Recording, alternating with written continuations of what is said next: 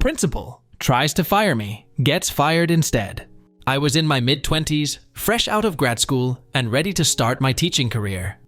I got a job at a Title I elementary school near my home teaching art. And I was super excited that I could walk to work. However, I was so far into La La Land that I didn't notice any of the warning signs. Warning sign number 1.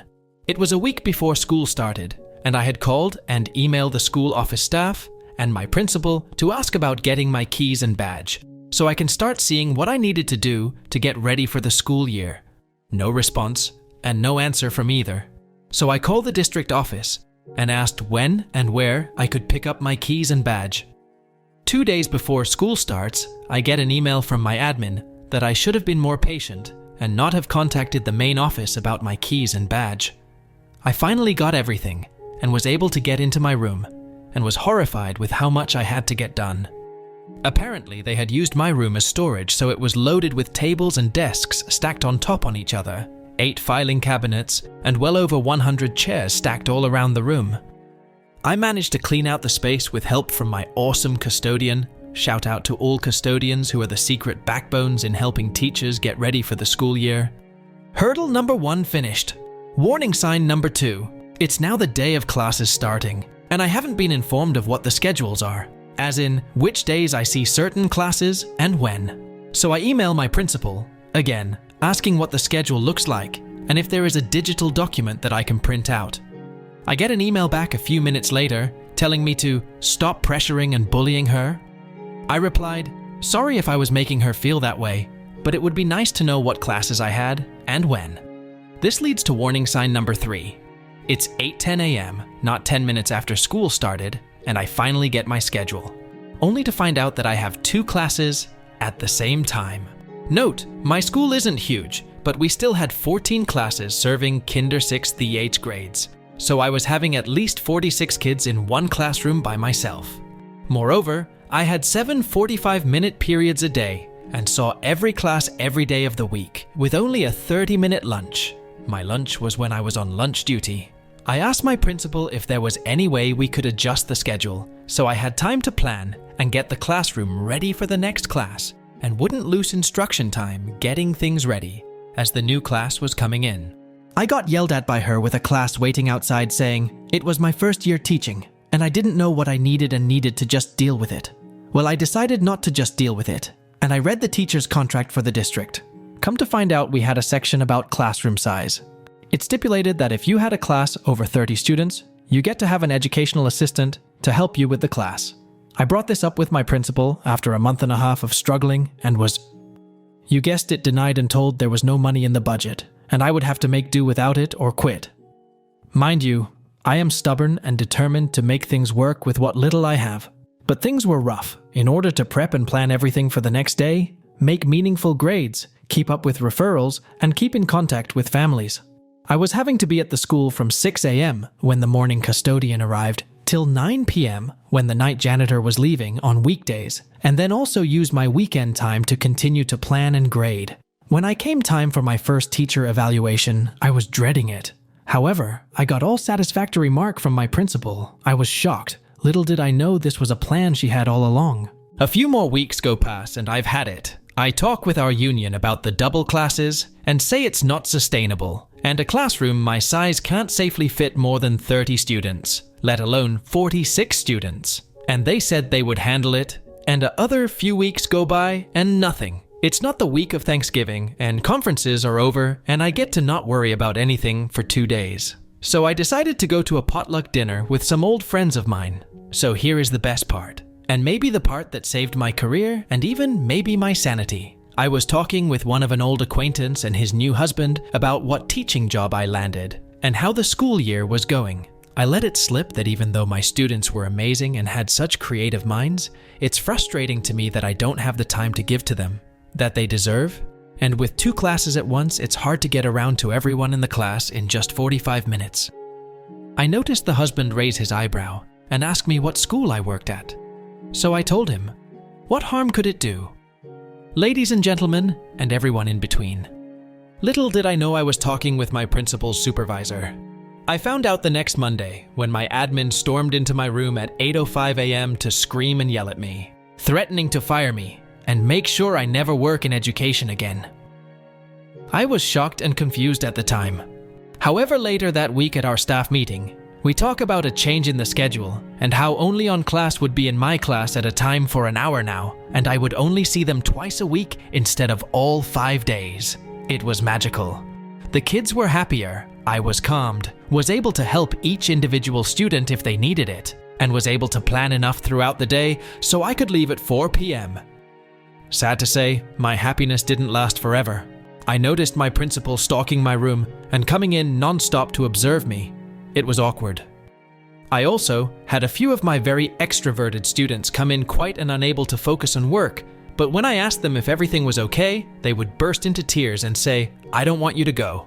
Being confused, my response was always, "Oh, student name, I have absolutely no intentions of going anywhere. You are all the best students a teacher could ever ask for," which would cheer them up for a while, but then they would come in next week upset again. It all clicked when the day before we left for Christmas break, my principal came into my room with one of her minions, who was out building union representative, to tell me I was being put on a teacher support plan. This plan was to evaluate whether or not my contact with the district would be up for renewal at the end of the school year. I was shocked, and my union rep just snickered and walked away giggling with our admin. I felt sick and abused, unable to feel any emotion. It wasn't until I got home and read when this plan detailed, was I seeing red. I had hit my breaking point. This is when I started to formulate a plan of revenge. Some things to note: our principal liked to come into school whenever they felt like. She would be there anywhere from 7:45 a.m., our actual contract hours, to as late as 9:30 a.m. She once showed up at noon without telling anyone. I also knew that she had kept renewing a certain after-school care contractor that wasn't free to families, but they got money from district to offer it for free. I also knew that this person running an after-school care was dating and living with our principal. So during winter break, my acquaintance and his husband called and asked if they are free to get drinks over the holidays. I love a good cocktail, and I needed some hard liquor. When we met up, I wanted to talk about anything other than school stuff. I just wanted to keep my mind off of school drama. But the new husband brought up if things were better after he had talked about the double classes. That was when I found out that he was her boss. I asked, "What do you mean you talked to my principal? How do you know her?" New husband, "Oh, you didn't know? I'm the supervising administrator for that cohort of schools." My jaw dropped and I started to hyperventilate. The husband was startled and asked what was wrong. So I told him everything. How she yelled and threatened to get me fired, how she put me on this support plan, and how she just kept observing my class without notifying me. His face went from a concerned look to surprised Pikachu face to red with anger. He told me, "I really always had a bad vibe from her and always wondered why there were always so many new teachers at that school every year. What else can you tell me about what's going on?" I hesitated, tell him everything, but my acquaintance told me not to worry. He has seen this look before and that we were on my side. So I told him everything I knew. They both just sat there awestruck, unable to speak about what they were hearing. Anyway, after break is over, I am dreading coming back into my class, but I don't want to miss seeing my students. So I push on. I am walking in the hall to my mailbox, and I see a few of my students that had cried and told me they didn't want me to leave. They ran up and gave me the biggest, longest hug ever, saying, "You're here, you're here." Me, "Of course I'm here. I wouldn't leave the best students ever. Now would I?" Students, "But principal said you were going to leave us because you didn't want to be here, and we should give you trouble before you left." Me, trying to hold my rage. "Oh, maybe she talking about how I was leaving for visit family over the break? No need to worry, I'm still here." Me, trying to hold my rage. "Oh, maybe she talking about how I was leaving for visit family over the break? No need to worry, I'm still here." Yes, y'all, this wretched woman tried to purposely make kids misbehave in my class to write me up for not having good rapport with my students. I was beyond livid. Yes, y'all, this wretched woman tried to purposely make kids misbehave in my class to write me up for not having good rapport with my students. I was beyond livid. So next time I have class with that student, I asked them if they could make a comic book of the conversation they had with my principal when she told them I was leaving, and make an ending he wanted. Phase 1 started.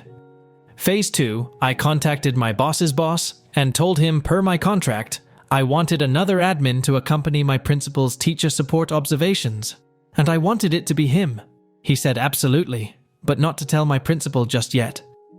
The first day of my observation comes, and she walks in without a notebook, or anything to take any sort of notes, looking proud of herself like she's about to get away with firing me. She is shocked and confused when he boss walks in with a laptop and sits next to her and starts typing notes about how I'm doing. She stumbles around and comes to ask me for a notepad to take notes, and I tell her, I don't have an extra notepad, but I so have some poster paper. We were making movie poster of a movie we would star in to go without comic books, and that I hope you can be better prepared next observation as to not disrupt my class and take time away from their institutional time. He boss just smirked. Phase 3, I was now calling my new best friend, her boss's boss, whenever she was late getting to school, and he would do a random stop by if he was close. So he was able to document that she was not showing up to work on time and not submitted the paperwork to have it be taken out of her leave minutes. Overall we get, he at least 2 times a week for a solid month. I think he even asked someone from HR to come to our school to see for herself at 9 a.m. and she still wasn't even there. Now time for phase 4, which was my favorite one, getting the parents on board. I first started talking to parents that seemed to always be late picking up their students. I would chat about it, and they said it was hard to get there on time, and they often had to leave early. And when I told them about our aftercare, they would tell me that it costed too much for them. However, I would inform them that since we are a Title I school, that after-school care was free and paid for by the district, and gave her a nifty flyer I made up with the website to fill out the forms and which ones to fill out. This made word spread around to parents paying the contractors directly that it was supposed to be free. And boy, was that a fun PTA meeting to go to. I also made sure the principal knew it was me that informed the parents about that free after-school care program.